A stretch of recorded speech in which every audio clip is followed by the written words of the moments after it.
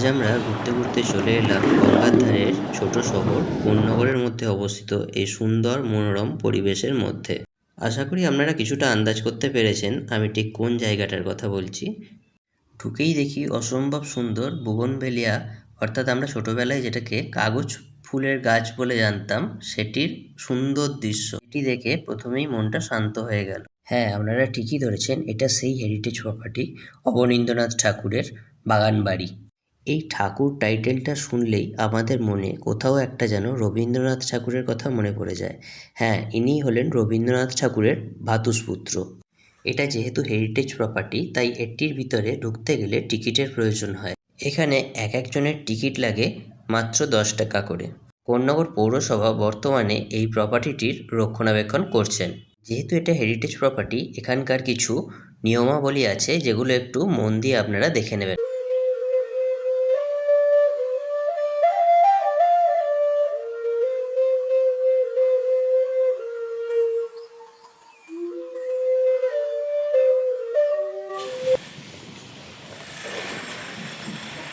এখানে একটা ব্যাপার হচ্ছে যে আমরা দুজন আছি বলে 2টো টিকিট, আর বাইক রাখবার জন্য 20 টাকা।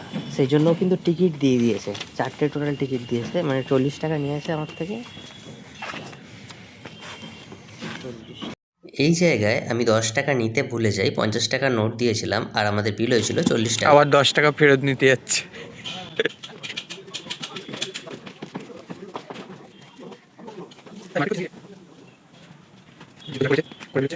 দিয়েছে ভাই 10 টাকা? খুবই ভালো ব্যাপার, খুবই ভালো ব্যাপার। না না, বলছি 10 টাকা দিয়েছে, খুশি তো? আমার সঙ্গে যে গিয়েছিল সে আমাকে জিজ্ঞাসা করছে খুশি কি না, কিন্তু সত্যি কথা বলতে আমি সত্যিই খুশি হয়েছি ওদের ব্যবহার। বাহ ভাই বাহ। এদিকে গ্রন্থাগার, দ্বাররক্ষক, দপ্তর, সারা লেবু গাছ ভাই, সেই তো জিনিস। এইগুলোই সেই 200 টাকা কেজি লেবু। অসাধারণ জায়গা এই জায়গাটি, দেখলে সত্যি আপনার মন জুড়িয়ে যাবে। মাথায় যদি কিছু চিন্তা ভাবনা থাকে সেগুলো আস্তে আস্তে শান্ত হয়ে যাবে। এই জায়গায় গিয়ে আমরা এত ধরনের ফুল গাছ এবং এত ছোট ছোট গাছে লেবু আছে দেখুন, মানে ধন্যবাদ দিতে হয় যে এত সুন্দরভাবে এই জায়গাটাকে রক্ষণাবেক্ষণ করেছে। অসাধারণ অসাধারণ অনুভূতি এই জায়গাটায় গিয়ে।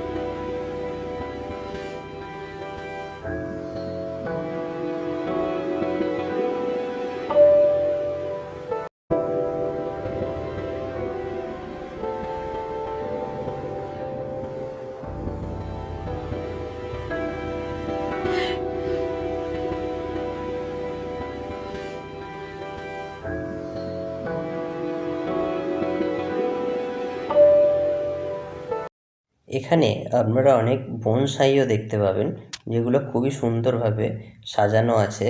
এবং দেখুন জায়গাটা, একটা পাতা পর্যন্ত কোথাও মানে বাজেভাবে পড়ে নেই, এত পরিষ্কার পরিচ্ছন্ন জায়গাটা আছে।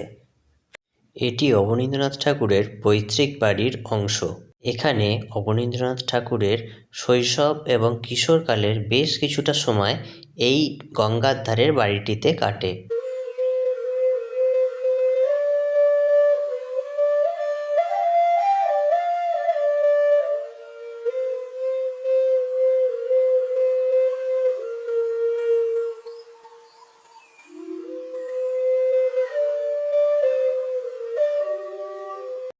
এখানে টবের মধ্যে বাঁধাকপির চাষটা খুব মন কেড়েছে আমার। এবং নিচ থেকে উপর দিকে চোখ তুললেই গোলাপের বাহারে সুসজ্জিত এই বাগানটি আপনারা ঘুরে আসতে পারেন খুব সহজেই।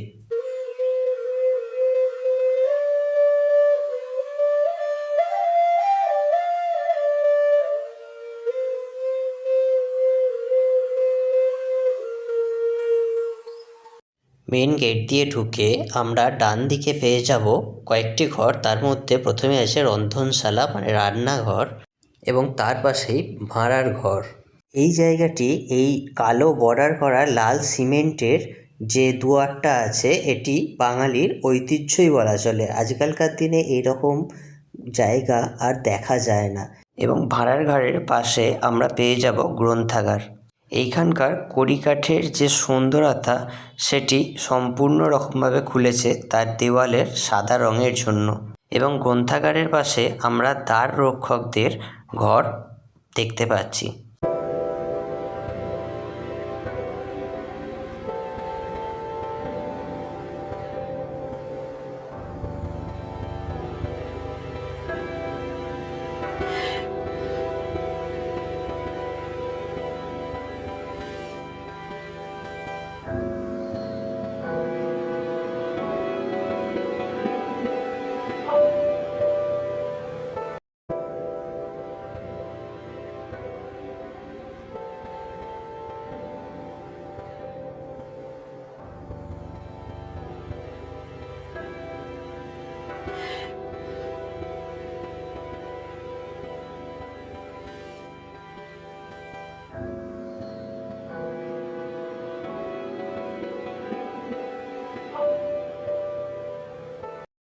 প্রজাপতিটি আপন মনে মধু সংগ্রহ করতে ব্যস্ত।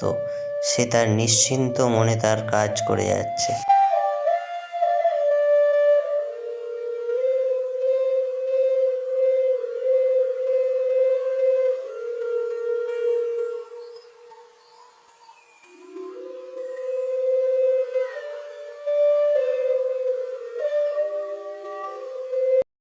এই অপূর্ব দৃশ্য হয়তো অনেকেই দেখেননি। পথ চলাচলের জন্য এই জায়গায় সুন্দরভাবে সুসজ্জিত রাস্তা করা আছে, এবং এই বটবৃক্ষ দেখুন কি বিশাল আকৃতির ছাতার মতো তার শাখা প্রশাখা বিস্তার করে সকলকে ছাওয়া দিচ্ছে, এবং পরিবেশকে কতটা মনোরম মনোমুগ্ধ করে রেখেছে। শহরের এই ইট বালি পাথরের মধ্যে থেকে এই জায়গাটা একটা আলাদাই শান্তি দেয়। এখানকার প্রতিটি জিনিস অত্যন্ত দৃষ্টিমধুর। দেখুন এই বেঞ্চটিকে কত সুন্দরভাবে পরিষ্কার পরিচ্ছন্ন আছে এবং একটি ঐতিহ্য বহন করছে। এখানে একটি অবনীন্দ্রনাথ ঠাকুরের মূর্তি সুসজ্জিত অবস্থায় রয়েছে। অবনীন্দ্রনাথ ঠাকুর ছিলেন একজন শিল্পী এবং শিশু সাহিত্যিক। তিনি 1871 সালের 7ই অক্টোবর কলকাতার জোড়াসাঁকোর বাড়িতে জন্মগ্রহণ করেন। অবনীন্দ্রনাথ ঠাকুরের পিতার নাম গুণেন্দ্রনাথ ঠাকুর এবং তার পিতার নাম গিরীন্দ্রনাথ ঠাকুর, এবং তিনি ছিলেন দ্বিতীয় পুত্র দ্বারকানাথ ঠাকুরের। এই বাড়ির শান্ত পরিবেশ এবং গঙ্গার রূপ তাকে চিত্রকলায় অনেক অনুপ্রেরণা জুগিয়েছিল। তার বিখ্যাত স্মৃতিচারণমূলক লেখা আপন কথায় তিনি কোন্নগরের এই বাড়ির প্রাকৃতিক সৌন্দর্য এবং গঙ্গার ধারের দিনগুলির কথা চমৎকারভাবে বর্ণনা করেছিলেন।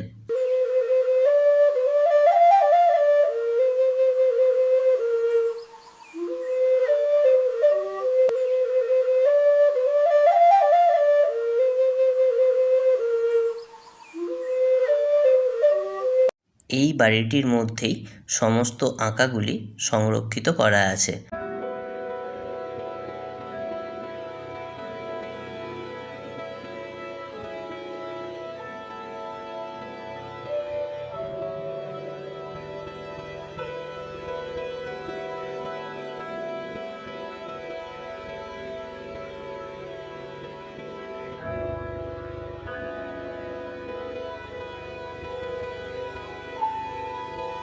এই বাড়িটির পিছন দিকে বিভিন্ন রঙিন মাছের চাষ করা আছে, এবং এগুলো আমরা খুব পরিষ্কারভাবে দেখতে পাচ্ছি। খুব বড় বড় ধরনের সাদা, যেটিকে দেখতে খুবই সুন্দর লাগছিল। তারা এখানে বেশ আনন্দের সঙ্গে জীবনযাপন করছে।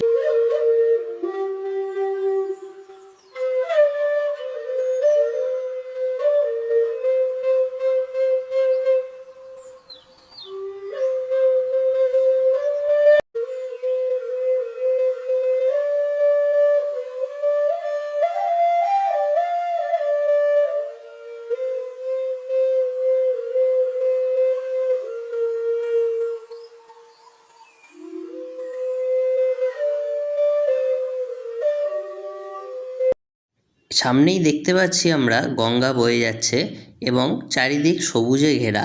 আপনারা যারা ভাবতে ভালোবাসেন তারা একবার ভাবুন যে এই জায়গায় যদি আপনি থাকেন জানলার ধারে বসে এবং প্রচণ্ড রকমের যদি বৃষ্টি হয়, এই গঙ্গা এবং শান্ত নিরিবিলি পরিবেশ, তাহলে কতটা সুন্দরই না লাগতো। এটি হচ্ছে এই বাড়িটির সামনের দিক।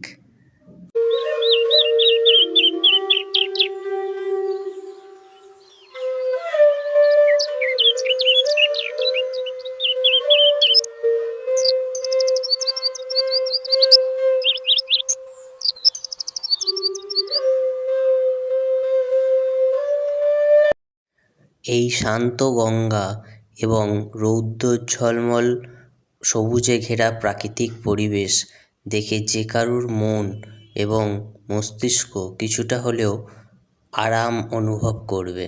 এটা জোর দিয়ে বলা যেতেই পারে এই স্নিগ্ধতা অবনীন্দ্রনাথ ঠাকুরকে অবশ্যই অনুপ্রেরণা জুগিয়েছিল। বাড়িটি পুরনো আমলের থামওয়ালা এবং খড়খড়ি দেওয়া জানলা সমৃদ্ধ একটি ক্লাসিক্যাল স্থাপত্যের নিদর্শন। গঙ্গার দিক থেকে দেখলে বাড়িটিকে এক অপূর্ব রাজকীয় প্রাসাদের মতো মনে হয়। 1889 সালে প্রসন্ন কুমার চট্টোপাধ্যায়ের কন্যা সুহাসিনী দেবীর সঙ্গে তার বিয়ে হয়। বিয়ের পর জীবনের দীর্ঘ সময় তিনি এই গঙ্গার ধারের শান্ত পরিবেশে কাটিয়েছেন। এই বাড়িটিতে ঢুকতেই সঙ্গে সঙ্গে আমরা দেখতে পাবো কাঁচের এই অপরূপ সুন্দর দরজা এবং পুরানো দিনের সেই ইলেকট্রিক সুইচ বোর্ড, যেগুলো এখনও এখানে বর্তমান এবং সচল অবস্থায় আছে।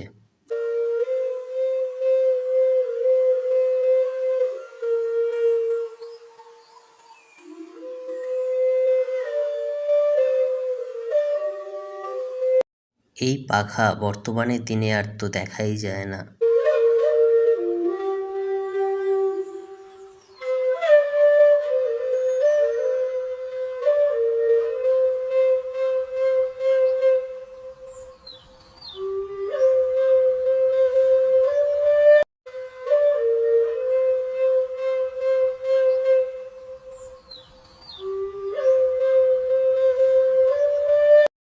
বর্তমানে সরকারি উদ্যোগে বাড়িটি সংস্কার করা হয়েছে। পর্যটক বা শিল্পপ্রেমীদের জন্য এটি এখন একটি দর্শনীয় স্থান হিসাবে গড়ে তোলা হচ্ছে, যাতে নতুন প্রজন্ম অবনীন্দ্রনাথ ঠাকুরের শিল্পচর্চার পরিবেশ সম্পর্কে জানতে পারে। বর্তমানে এই বাড়িটি পশ্চিমবঙ্গ সরকারের হেরিটেজ কমিশনের তালিকাভুক্ত এবং এটি সংস্কার করে একটি মিউজিয়াম বা স্মৃতিকেন্দ্র হিসেবে গড়ে তোলার উদ্যোগ নেওয়া হয়েছে।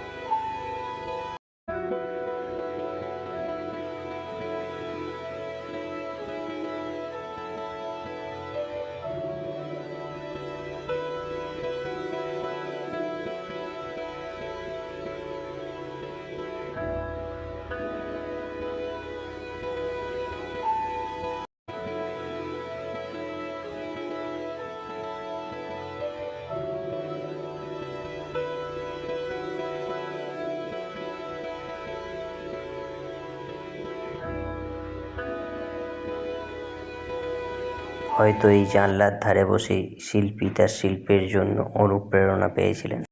এই জায়গার প্রতিটি জিনিসই অপরূপ সুন্দর এবং প্রতিটি জিনিসের মধ্যেই একটা শিল্পের ছোঁয়া বর্তমান।